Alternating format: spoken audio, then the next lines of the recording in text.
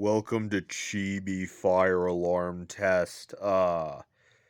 I got the Faraday evacuate strobe, but I also got the BG-8, which took a lot of trial and error because I found out it's non-polarized.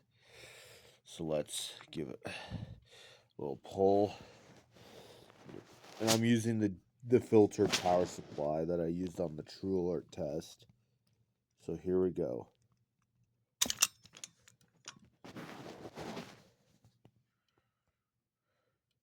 It's kind of hard to pull with one hand, so yeah.